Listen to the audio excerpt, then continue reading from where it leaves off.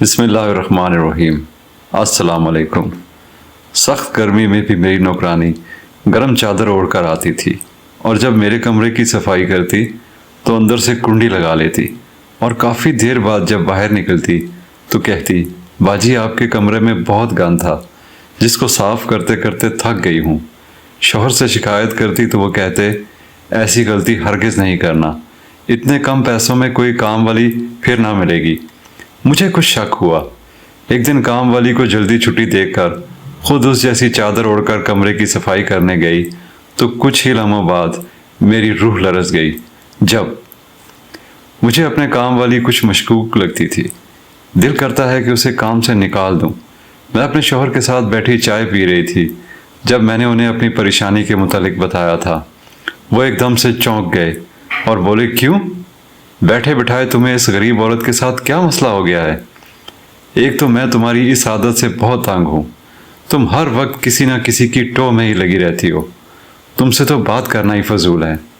اتنا کہہ کر سیف اٹھے اور چائے پیے بنا ہی کمرے میں چلے گئے تھے، جبکہ میں کرسی پر ہکا بکا ہی بیٹھی رہ گئی تھی۔ سیف نے کبھی میرے ساتھ اس لہجے میں بات نہ کی تھی۔ وہ تو نرم مزاج انسان تھے، میرے ہر مسئلے کو وہ چٹکیوں میں حل کر دیا کرتے تھے۔ مجھے ان سے اس قسم کی حرکت کی توقع نہ تھی۔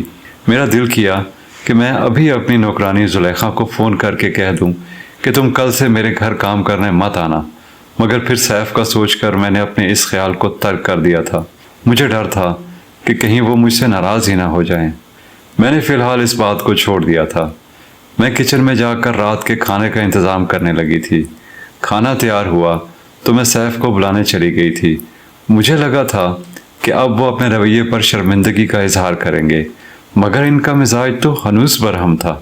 وہ خاموشی سے اٹھ کر باہر آئے اور کوئی بھی بات کیے بغیر کھانا کھا کر اٹھ کر کمرے میں چلے گئے تھے۔ جبکہ میں کچن سمیٹ کر واپس گئی تو سیف سو چکے تھے۔ میں اس بات پر حیران تھی کہ آخر انہوں نے اس ذرا سی بات پر اس قدر برہمی کا اظہار کیوں کیا تھا۔ اگلے روز زلیخا آئی تو سب سے پہلے میرے کمرے میں چلی گئی اور کنڈی لگا کر صفائی کرنے لگی تھی۔ میں باہر کھڑی کڑتی رہ گئی تھی۔ زلیخا نے 20 دن قبل ہی میرے گھر میں ملازمت کی تھی۔ وہ بہت کم پیسوں میں مان گئی تھی۔ وہ تھی تو اچھی، مگر مجھے یہ کمرہ بند کرنے والی بات پسند نہیں آئی تھی۔ میں نے اسے 2-3 بار منع بھی کیا تھا، مگر وہ بولی، باجی میں سب کے گھروں میں ایسے ہی صفائی کرتی ہوں۔ میں اس کی بات سن کر چپ کر جاتی تھی۔ جب وہ کمرے کی صفائی کر کے آئی تو بڑی تھکی سی لگ رہی تھی۔ وہ مجھے دیکھ کر مسکرا کر بولی، باجی ہر روز پورا گھنٹہ لگا کر آپ کا کمرہ صاف کرتی ہوں تو تھک جاتی ہوں۔ میں مسکرا کر پھر سے کچن میں چلی گئی تھی۔ میں کچن میں کھڑی ہو کر زلیخا کی حرکتوں کا جائزہ لینے لگی تھی۔ وہ چند منٹ کے آرام کے بعد اٹھ گئی تھی۔ اس نے لاؤنج کی صفائی شروع کر دی تھی۔ اتنی دیر میں سیف بھی آ گئے تھے۔ سیف کے آتے ہی زلیخا نے جھاڑو لگانا شروع کر دیا تھا اور ان کو دیکھنے لگی تھی۔ سیف نے ایک نظر ہی اس پر ڈالی تھی، پھر وہ اپنے کمرے میں چلے گئے تھے۔ اب زلیخا جلے پیر کی بلی کی طرح لاؤنج کے چکر پہ چکر لگانے لگی تھی۔ پھر اس نے ارد گرد دیکھا۔ جب میں نظر نہ آئی تو وہ میرے کمرے کی طرف چل دی تھی۔ اس نے دستک دینے کے لیے ہاتھ اٹھایا تھا، مگر کچھ سوچ کر پیچھے ہٹ گئی تھی اور جلدی جلدی لاؤنج کی صفائی کر کے مجھے خدا حافظ کہہ کر گھر سے باہر نکل گئی تھی۔ زلیخا کے جاتے ہی سیف باہر نکل آئے تھے۔ انہوں نے میرا ہاتھ تھام کر گجرے پہنا دیے تھے۔ ان کا موڈ بھی اچھا تھا۔ پھر بولے، بیگم جلدی سے کھانا لگا دو، بھوک بہت لگی ہے۔ ہم دونوں نے بڑے خوشگوار ماحول میں بیٹھ کر کھانا کھایا تھا۔ میں سیف کی جانب سے تو پرسکون ہو گئی تھی، مگر زلیخا کی طرف سے دل میں گرہ بن گئی تھی۔ نہ جانے وہ کس ارادے سے میرے گھر داخل ہوئی تھی۔ میں نے سوچ لیا تھا کہ میں زلیخا کے متعلق کوئی بات بھی سیف سے نہیں کروں گی۔ میں اس کی نیت جان کر پھر کوئی فیصلہ کروں گی۔ اگلے دن زلیخا گھر داخل ہوئی تو میں نے اس کا بغور جائزہ لیا تھا۔ اس نے گرم شال اوڑھ رکھی تھی جس میں وہ مکمل طور پر چھپی ہوئی تھی۔ میں بولی، زلیخا اتنی تو گرمی ہے، تم یہ شال اوڑھنا چھوڑ کیوں نہیں دیتی؟ اگر تمہارے پاس کوئی اور چادر نہیں ہے تو میں تمہیں اپنی چادر دے دوں۔ اس کی آنکھیں ایک دم ہی آنسوؤں سے لبریز ہو گئی تھی۔ وہ بولی، باجی یہ چادر بڑی قیمتی ہے، یہ کسی کی محبت کی نشانی ہے۔ اس کو چھوڑ کر اگر میں آپ سے چادر لے لوں تو کیا میرے وقت آپ جیسے ہو جائیں گے؟ نہیں نا، تو پھر اس ادلا بدلی کا کیا فائدہ؟ پھر وہ میرے اگلے سوال سے بچنے کے لیے جلدی سے میرے کمرے میں جانے لگی، تو مجھے لگا جیسے چادر کے نیچے چھپے ہوئے اس کے ہاتھ میں کچھ پکڑا ہوا تھا۔ کیا تھا یہ تو میں نہ دیکھ پائی تھی، مگر مجھے شک میں ضرور ڈال گیا تھا۔ زلیخا میرے کمرے کو اندر سے کنڈی لگا کر بند کر چکی تھی۔ میں پریشانی کی عالم میں یہاں وہاں گھوم رہی تھی۔ سیف کام سے لوٹ آئے تھے۔ وہ مجھے یوں پریشان دیکھ کر بولے، کیا ہوا ہے نورین؟ میں زبردستی مسکرانے کی کوشش کرتے ہوئے بولی، کچھ بھی نہیں ہوا۔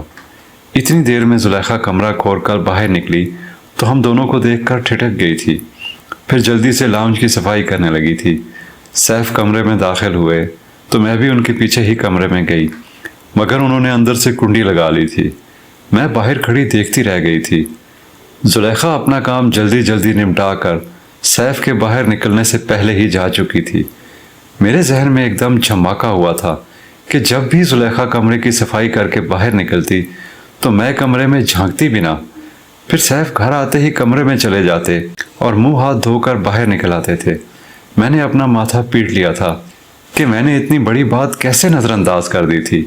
سیف باہر نکلے تو میں نے خود کو نارمل ہی ظاہر کیا تھا، مگر اندر سے میرا دل آندھی اور طوفان کی ذات میں تھا۔ ہم دونوں نے مل کر کھانا کھایا تو سیف ہلکی پھلکی گفتگو کرتے رہے تھے، لیکن میرا دل تو کسی چیز میں بھی نہیں لگ رہا تھا۔ مجھے اپنا گھر اجڑتا ہوا نظر آ رہا تھا۔ میں نے سوچ لیا تھا کہ میں اس مسئلے کو تو حل کر کے ہی رہوں گی۔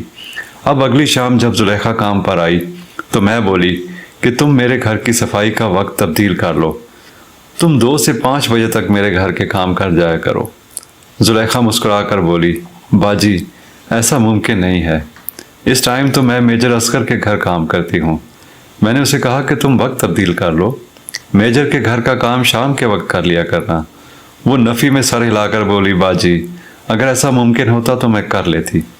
آپ میری جگہ کسی اور کو ملازمہ رکھنا چاہتی ہیں تو دیکھ لیں، آپ کو جیسے مناسب لگے۔ میں چپ کر گئی تھی۔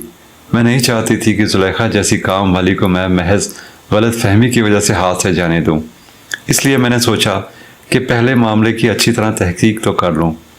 زلیخا ایک بار پھر سے میرے کمرے میں چلی گئی تھی اور اندر سے کنڈی لگا کر صفائی کرنے لگی تھی۔ میں بھی لاؤنج میں بیٹھی اسی کے نکلنے کا انتظار کرتی رہی تھی۔ اتنی دیر میں سیف بھی گھر واپس آ چکے تھے۔ آج سیف جیسے ہی کمرے میں جانے لگے تو میں بھی ان کے پیچھے ہی چلی گئی تھی۔ پورا کمرہ صبونی حلوے کے مہک سے معطر ہو چکا تھا۔ میں نے آنکھوں میں حیرت بھر کر سیف کی طرف دیکھا تو وہ بولے، آفس میں ایک کولیگ میرے لیے گھر سے حلوہ بنا کر لایا تھا۔ میں نے اس بات میں سر ہلا دیا اور خود کچن میں چلی گئی۔ میں کچن میں پڑی کرسی پر بیٹھ گئی تھی۔ میری آنکھوں سے آنسو بوندوں کی مانند ٹپکنے لگے تھے۔ میں جانتی تھی یہ حلوہ سیف کے لیے زلیخا ہی لائی تھی، کیونکہ سیف کے ہاتھ تو خالی تھے۔ سیف نے مجھ سے جھوٹ کیوں بولا تھا؟ ایک جھوٹ کا مطلب میں بہت اچھی طرح جانتی تھی۔ ایک جھوٹ 100 جھوٹوں کی راہ کھول دیتا ہے، پھر انسان ساری زندگی جھوٹ بولتے ہوئے ہی گزار دیتا ہے۔ سیف کو صبونی حلوہ بہت پسند تھا۔ اس کے متعلق صرف اور صرف میں جانتی تھی، یا میرے سسرالی جانتے تھے۔ پھر ایک کام والی کو میرے شوہر کی پسند ناپسند کا علم کیسے ہو سکتا تھا؟ میں نے دیکھا کہ سیف میری طرف آ ہی رہے تھے۔ میں نے چہرے پر مصنوعی مسکراہٹ سجا لی تھی۔ مجھے پتہ ہی نہیں تھا کہ اس قسم کے حالات میں کیسے ریئیکٹ کیا جاتا ہے، اس لیے میں نے مسکراہٹ کا ہی سہارا لیا تھا۔ سیف کچن میں آئے تو مجھے دیکھ کر پریشان ہو گئے تھے۔ وہ بولے، کیا بات ہے، آج تم بجھی بجھی سی کیوں لگ رہی ہو؟ میں نے کہا کہ سر میں درد ہے، مگر میں جانتی تھی اس جواب سے سیف بھی مطمئن نہیں ہوئے تھے۔ ہم دونوں نے کھانا کھایا تو وہ واپس کمرے میں چلے گئے تھے، جبکہ میں تازہ ہوا کھانے لان میں آ گئی تھی۔ آج دل بڑا گھبرا رہا تھا، آنسو خود بخود گرتے چلے جا رہے تھے۔ پھر میں نے نیند کی گولی کھا لی اور جلدی ہی سو گئی تھی۔ صبح سیف مجھ سے پوچھ کر گئے تھے کہ اگر طبیعت بہتر نہیں ہوئی تو تمہیں ڈاکٹر کے پاس لے چلتا ہوں۔ میں نے انہیں تسلی دی کہ میں اب بہت بہتر ہوں۔ وہ آفس چلے گئے تو میں نے میجر اصغر کے گھر کی راہ لی تھی۔ میجر صاحب کا گھر ہمارے محلے میں ہی تھا۔ ابھی زلیخا ان کے گھر کام کرنے نہیں آئی تھی، اس لیے میں اس کی جانچ پڑتال کر سکتی تھی۔ میں ان کے گھر گئی تو مسز اصغر نے میری خوب آؤ بھگت کی تھی۔ ادھر ادھر کی باتیں کر کے میں مسز اصغر سے بولی کہ مجھے زلیخا پر بہت ترس آتا ہے۔ وہ اتنی گرمی میں بھی گرم شال اوڑھ کر آتی ہے، کیوں نہ ہم اس کے لیے ایک چادر کا انتظام کر دیں؟ مسز اصغر میری طرف عجیب سی نظروں سے دیکھتے ہوئے بولی کہ زلیخا تو ہمارے گھر دوپٹے میں آتی ہے، اس نے تو سردیوں میں بھی کبھی گرم شال نہیں اوڑھی تھی۔ میں چونک گئی تھی، مجھے سمجھ ہی نہیں آ رہی تھی کہ میں اب ان سے کیا بات کروں۔ پھر میں بولی، زلیخا کو نہ جانے کیا فوبیا ہے، وہ بیڈ روم کی صفائی کرتے ہوئے نہ جانے اندر سے کنڈی کیوں لگا لیتی ہے۔ مسز اصغر ششدر رہ گئی تھی، پھر بڑے سلجھے ہوئے انداز میں بولی، ٹھیک ہے، ہمیں ملازمین کے ساتھ نرمی برتنی چاہیے، مگر ہر چیز کا ایک اصول ہوتا ہے اور ایک حد ہوتی ہے۔ میں کبھی بھی کسی کام والی کو یہ اجازت نہیں دوں گی کہ وہ میرے بیڈ روم کو اندر سے کنڈی لگا کر صفائی کرے، بلکہ میں تو ایسی ملازمہ کو کام سے ہی نکال دوں گی۔ میں بولی، لیکن مجھے تو زلیخا نے یہی بتایا تھا کہ وہ سب کے گھروں میں ایسے ہی کنڈی لگا کر صفائی کرتی ہے۔ مسز اصغر کا تمسخرانہ کہا فضا میں گونجا تھا۔ پھر وہ بولی، آپ بہت معصوم ہیں۔ میں جانتی تھی کہ انہوں نے بے وقوف کی جگہ معصوم کا لفظ مربتاً استعمال کیا تھا۔ میں اٹھ کر اپنے گھر آ گئی تھی۔ مسز اصغر کی باتیں میرے کانوں میں گونجتی رہی تھی۔ شام ہوئی تو زلیخا خود کو گرم چادر میں چھپا کر ایک بار پھر سے ہمارے گھر آن پہنچی تھی۔ وہ کمرے میں چلی گئی تھی۔ ابھی وہ کمرے سے باہر ہی آئی تھی کہ سیف بھی آفس سے لوٹ آئے تھے۔ میں کچن کی کھڑکی کے پاس کھڑی ہو کر ان دونوں کو دیکھ رہی تھی جب سیف غصے سے غرا کر بولے، زلیخا، تمہارے لیے بہتر یہی ہے کہ تم یہ کام چھوڑ کر چلی جاؤ، مجھے سکون سے جینے دو، میرا پیچھا چھوڑ دو۔ زلیخا رونے لگی تھی۔ وہ بولی، اس بھری کائنات میں میرا سہارا صرف اور صرف آپ ہی ہو، میں آپ کے بغیر کچھ بھی نہیں ہوں، مجھے اپنے نام کی شناخت دے دیجئے، نہیں تو میں آپ کی حقیقت آپ کی بیوی کے سامنے لے آؤں گی، پھر آپ کیا کریں گے؟ اتنا کہہ کر زلیخا لاؤنج کی صفائی کیے بنا ہی میرے گھر سے چلی گئی تھی۔ میں تو زلیخا کے الفاظ پر ہی حیران رہ گئی تھی کہ اس کے پاس سیف کا ایسا کون سا راز ہے جس کی وجہ سے وہ ان کو ڈرا دھمکا رہی تھی۔ پھر وہ یہ کیوں کہہ رہی تھی کہ مجھے اپنے نام کی شناخت دے دیجئے؟ یہ سب باتیں کسی انہونی کی طرف اشارہ کر رہی تھی۔ میں نے سیف کو کھانے پر بلایا تو انہوں نے مجھے بری طرح سے جھڑک دیا تھا۔ وہ بولے تھے کہ کیسی عورت ہو تم جو گھر کا کام ہی نہیں کر سکتی؟ گھر میں ہم دو ہی تو افراد ہیں، مگر تم دو لوگوں کا کام کرنے میں بھی ناکام رہی ہو اور بھانت بھانت کی نوکرانیوں کو گھر میں بلا لیتی ہو۔ وہ اتنا کہہ کر لان میں چلے گئے تھے۔ میں کمرے میں آئی تو حلوے کی خوشبو نے میرا استقبال کیا تھا۔ آج شاید سیف حلوہ چھپانا بھول گئے تھے یا پھر انہوں نے اس چیز کا تردد ہی نہ کیا تھا۔ میں نے کمرے کی کھڑکی سے دیکھا تھا، سیف بڑی پریشانی کی حالت میں یہاں وہاں پھر رہے تھے۔ میں تو خود حیران سی تھی کہ آخر یہ سب ہو کیا رہا ہے، میں کیسے ساری حقیقت سامنے لاؤں؟ مجھے رہ رہ کر زلیخا پر غصہ آتا تھا، لیکن میں اس قدر حالات سے مجبور تھی کہ اس سے کوئی سوال بھی نہیں کر سکتی تھی۔ میں نے خود کو لاچار پایا تھا، اس لیے میں نے سیف کی والدہ سے مدد لینے کی ٹھانی تھی۔ وہ دور دراز کے گاؤں میں رہتی تھیں، جبکہ ہم دونوں میاں بیوی سیف کی جاب کی وجہ سے شہر میں رہتے تھے۔ میں نے اپنی ساس کو فون کر کے کہا تھا کہ میرا گھر اجڑنے والا ہے، آپ آ کر میرے آشیانے کو بکھرنے سے بچا لیں۔ میری ساس بڑی بھلے مانس خاتون تھی۔ وہ اگلے ہی دن اپنے چھوٹے بیٹے کے ساتھ ہمارے گھر آ گئی تھی۔ سیف اپنی والدہ کو دیکھ کر بالکل بھی خوش نہیں ہوئے تھے۔ وہ بولے، امی، شہر میں رہائش بہت مہنگی ہے، آپ کیوں آ گئی ہیں یہاں؟ میں پہلے ہی بڑی مشکل سے گزارا کر رہا ہوں، اب 2 لوگوں کا اضافی کھانا بنانا پڑے گا تو میرے بجٹ پر برا اثر پڑے گا۔ میری ساس کی آنکھوں میں آنسو آ گئے تھے۔ میں نے سیف کو خاموش رہنے کا اشارہ کیا تو وہ بولے، تم ہم دونوں ماں بیٹے کے معاملے سے دور رہو۔ میں بھی چپ کر گئی تھی، جبکہ میرے دیور نے سامان اٹھایا اور بولا، امی آ جائیں، ہم گاؤں واپس چلتے ہیں، ہمیں نہیں رہنا اس مہنگائی سے بھرے شہر میں۔ میری ساس نے میری طرف دیکھا تو میں نے ہاتھ جوڑ کر رکنے کی التجا کی تھی، جبکہ میرا دیور اس قدر خفا ہو چکا تھا کہ وہ میرے 1000 بار کہنے پر بھی نہ رکا تھا۔ الٹا سیف مجھے ہی ڈانٹنے لگے تھے کہ تم اسے جانے سے روکو مت۔ دیور چلا گیا تھا۔ ساس پریشان تھی، انہیں توقع نہیں تھی کہ ان کا سب سے چہیتا بیٹا ان کے ساتھ ایسا سلوک کرے گا۔ میں نے اپنی ساس کو ساری بات بتا دی تھی۔ میں ان سے بولی کہ سیف کچھ بدل سے گئے ہیں، اسی لیے میں نے آپ کو بڑا مان کر بلایا تاکہ آپ ہم دونوں کے درمیان ساری رنجشیں ختم کر دیں۔ شام ہوئی تو میں زلیخا کا انتظار کرنے لگی تھی۔ میں اپنی ساس کو زلیخا کے متعلق پہلے سے ہی سب کچھ بتا چکی تھی۔ وقت گزرتا رہا مگر زلیخا گھر نہ آئی تھی۔ میں نے سیف سے بات کی کہ اب مہمان کے آ جانے سے گھر کا کام بڑھ گیا ہے، مگر زلیخا آج آئی ہی نہیں۔ سیف کرخت لہجے میں بولے کہ میں اسے کام سے نکال چکا ہوں، آج کے بعد وہ کام کرنے نہیں آئے گی۔ تم جو مفت خوروں کو گھر میں دعوت دے کر بیٹھی ہو، پھر یہ تو ہونا ہی ہے نا۔ میں سیف کے جواب پر دنگ سی رہ گئی تھی۔ وہ کبھی بھی ایسے نہیں تھے۔ ان کی شخصیت تو اتنی اجلی تھی کہ مجھے ان کی طرف دیکھ کر روشنی ملتی تھی۔ اب وہ کیوں ایسے ہو گئے ہیں؟ میری ساس زلیخا سے مل کر ہی کسی نتیجے پر پہنچنا چاہتی تھی۔ میں ساری رات یہی سوچتی رہی کہ آخر کیا کیا جائے۔ بس پھر جو ذہن میں آیا میں نے وہی کر دیا تھا۔ اگلے دن میں مسز اصغر کے گھر جا کر بیٹھ گئی تھی۔ مقررہ وقت پر جب زلیخا وہاں پہنچی تو مجھے دیکھ کر گھبرا گئی تھی۔ میں بولی، زلیخا شکر ہے آج تم نے گرم شال نہیں لی ہوئی، دیکھو تو سورج آگ برسا رہا ہے۔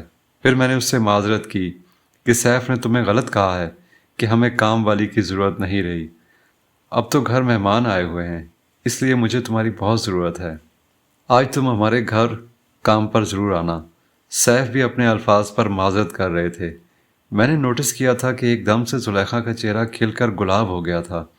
شام ہوئی تو زلیخا اپنی گرم چادر اوڑھ کر ہمارے گھر پہنچ آئی تھی، لیکن حیرت کی بات یہ تھی کہ اس نے نقاب کر رکھا تھا۔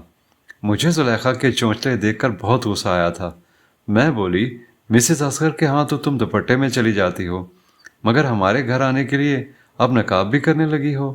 وہ کھسیانی ہنسی ہنس کر بولی، باجی آپ ہی نے تو کہا تھا کہ گھر میں مہمان آئے ہوئے ہیں، اسی لیے پردہ کیا ہوا ہے۔